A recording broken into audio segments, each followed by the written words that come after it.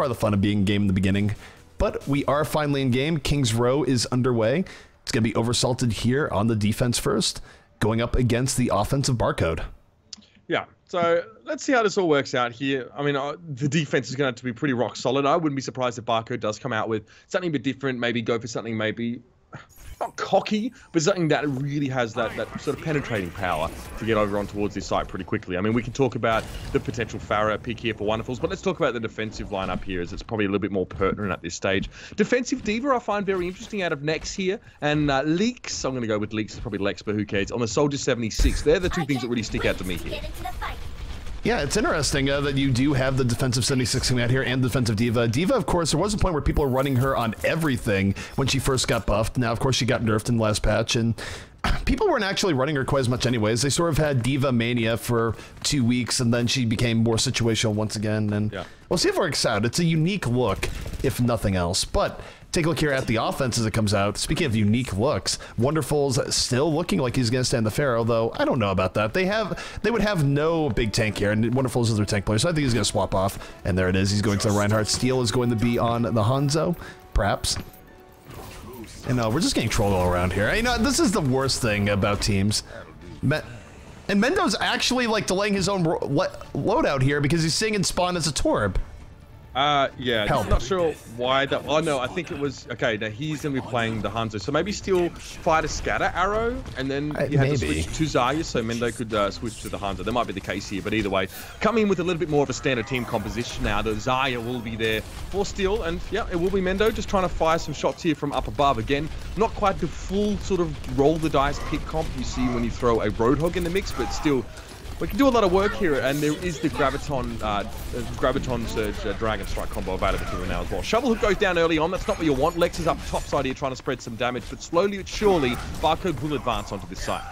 Losing an early DPS like this is horrible. Wonderful's powering through. They're down to shield tank, and this is pretty easy for Barcode. They're just rolling forward. Nothing flashy, just moving up, landing more shots. Early Transcends comes out for GosuGamers. That was great on him to actually build it up that quickly. I don't know if it's going to work out. His Clamp on the flank. Deadeye out. Takes out GosuGamers. And this should be a very clean capture here for the side of Barcode. All Clamp had to do was just hold the Deadeye until GosuGamers came out of Transcendence here. And again, it was a fairly leisurely fight. We saw the side of Barcode just sort of trot on up forward, getting a couple picks as they did. Know that they didn't have to go too aggressive. Wonderfuls lands the charge on towards Hydro. When Bob's your uncle, it's a one fight. Now again, they're just going to try and press forward down this one. It was less than a minute. I think that overall took them to get that point, or maybe slightly more. Still pressing forward, getting a bit of info, some early damage. Going to at least give Opium a chance to charge up his Resurrect here. Interestingly enough, only 20% on that one, so not ideal when you've got now 4 ultimates that you're looking down the barrel of on the side of Barcode here as well, and most importantly, Dragon Strike, Graviton Surge are both there. Plus, we do have defensive ults. One more combo very likely to be the way. The Graviton is in. Is the Dragon going to be sated? Here comes the Dragon, rolling right in. A double kill here for Mendo. Wombo combo on point for the side of Barcode, and this is going to let them roll forward here. They took no damage as they threw that out. It's going to be a 3v6, and you just can't win a fight like that. No, they lost both thanks to the Graviton Strike combo, which is really, really bad. And of course now it's just going to be a fighting retreat being played out here by the defending team. There's not really much that Oversalted can do about that one. When your Diva and Reinhardt both died, I think they lost their Soldier 76 to Slasher. You can't fight. You just need to get ground here as well. You need to just hope that it doesn't happen again, that you can set up and make something happen. But now, even a refight opportunity coming in from Oversalted needs to be carefully considered because we have Transcendence, we have a Resurrect available on the side of Barcode. So they can come back in, they can respond to anything that really gets thrown at them at this stage. And even Shovel Hook has to leave the high ground early on as Mendo has control of that part of the map. And Clamp gets a quick 3. Easy done. Oh my goodness, Clamp just rolls it to the left, gets the Deadeye, takes out 3. They were not prepared. Kind of elementary mistakes being made here by Oversalted is Barcode is just taking them to task. Everything has gone well for them. Slasher even taking out Shovel Hook towards the end here, and they're just chaining on the kills. Earth Shatter coming in. Mendo here with the follow through. Has another Dragon Strike up the ready. Might not even need it. There was offensive Earth Shatter came in for Hydro. Took down 2. Does lead to 3, but the Resurrection is there, and here comes the Dragon Strike going right through.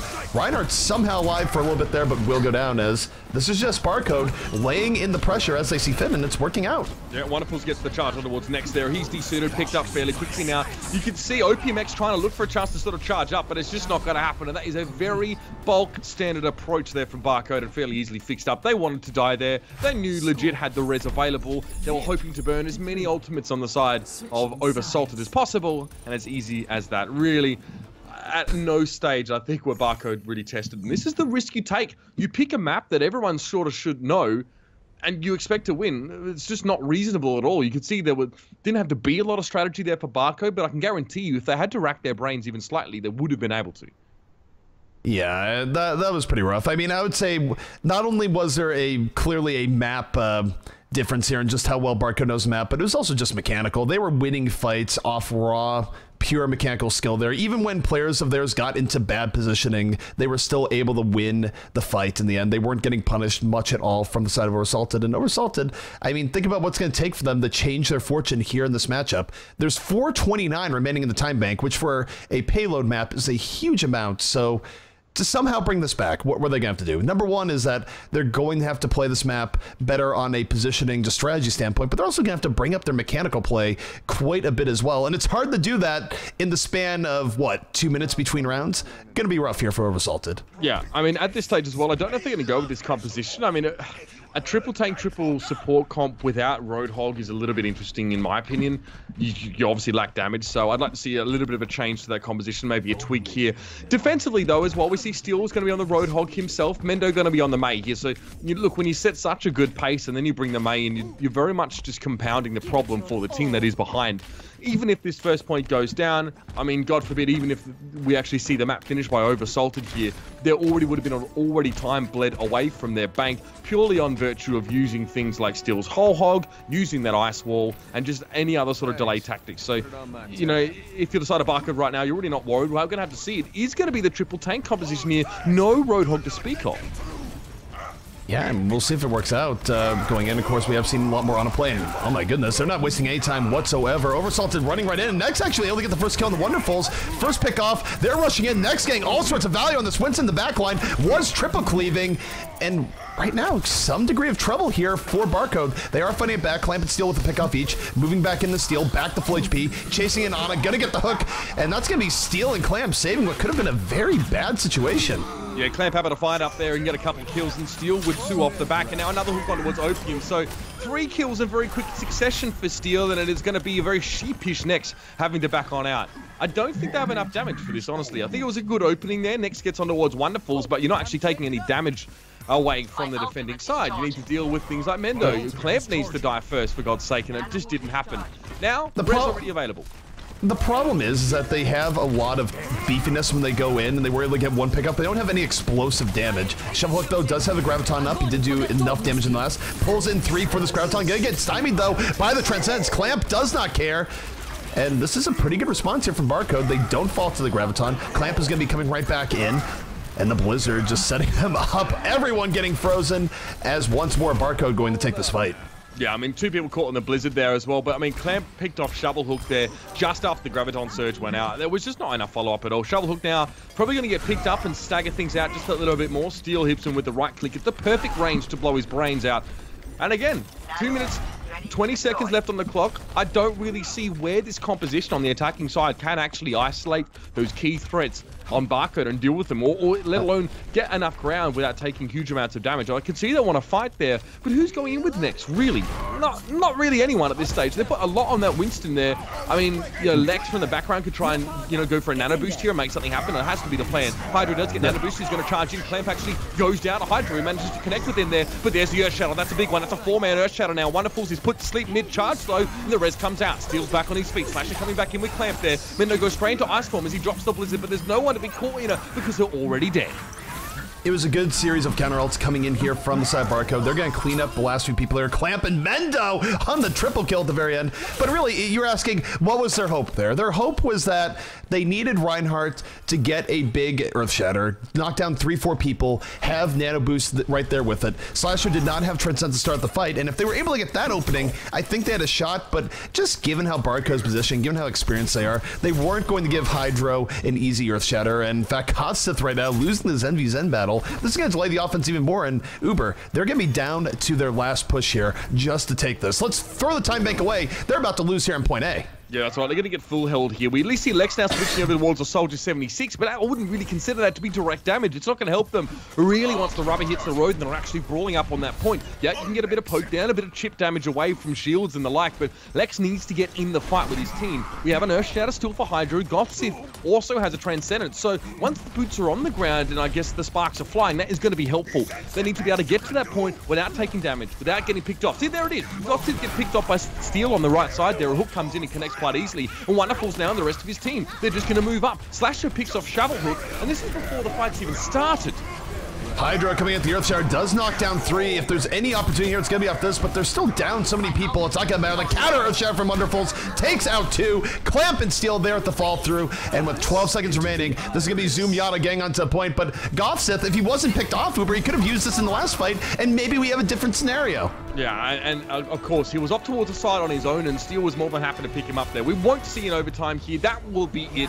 An easy first point hold here for Team Barcode. An interesting composition coming out of the side of Oversalted, if I'm honest. Not convinced by it. It's tanky, but maybe they heard of the concept of this NIP comp and tried to make it work, but not the tanks I would have necessarily taken into that situation. Yes, generally you get good healing, but the point of having a Roadhog here is that he can tank, but also is your key source of damage a lot of times. All right, it's a play of the game coming out here from Mercy once more. I still like, this is where I'll go on the mini ramp. I feel like at least half of our play of the games, if not more, post-patch, have been Mercy. If Mercy's played, like, and there were points where you had like Hanzo's getting 5Ks and stuff in Mercy. It's like, Dragon killing 5 people or 3 people being rezzed. Better give it to Mercy. Yeah, I would say I'd err on the side of 75% at least of our play of the games are going to be Mercy, but I mean, that's fine. I mean, this is the way the algorithm works. I mean, it just kind of, for me, diminishes the interest or the intrigue of our play of the game, but we're still going to show everyone so they can see how Mercy got that 5-man res, because that's always at least a little bit interesting. So, Oversalted, just informing Barcode that they have a few things to learn still, and that if they need help, GosuGamers can inform them. Obviously, I don't know if he's wanting to give them tips on how to use Transcendence to stall the game out or getting picked off by Steel at the start, but he's offered his services nonetheless. Yeah, it's one of those things where, I mean, that's sort of where newer teams tend to fail a lot too, where if you do overextend a little bit early on, where everyone sort of wants to go in, you sort of, it's bad pub habits, right? Where you sort of go on to the point, but really established teams that have good positioning, they will pounce on a Zen that's a little bit out of position, take him out early on, and then trying to win a 65 in Overwatch. It is not particularly fun, but that is going to be our last match of the open part of the tournament. 8 teams from the open side have qualified to move on and face our 8 closed teams. The real battle is going to begin, and we're going to take a short break. When we're back, it's going to be Uber and Hex bringing you the beginning of that action. Should be good. Stay tuned.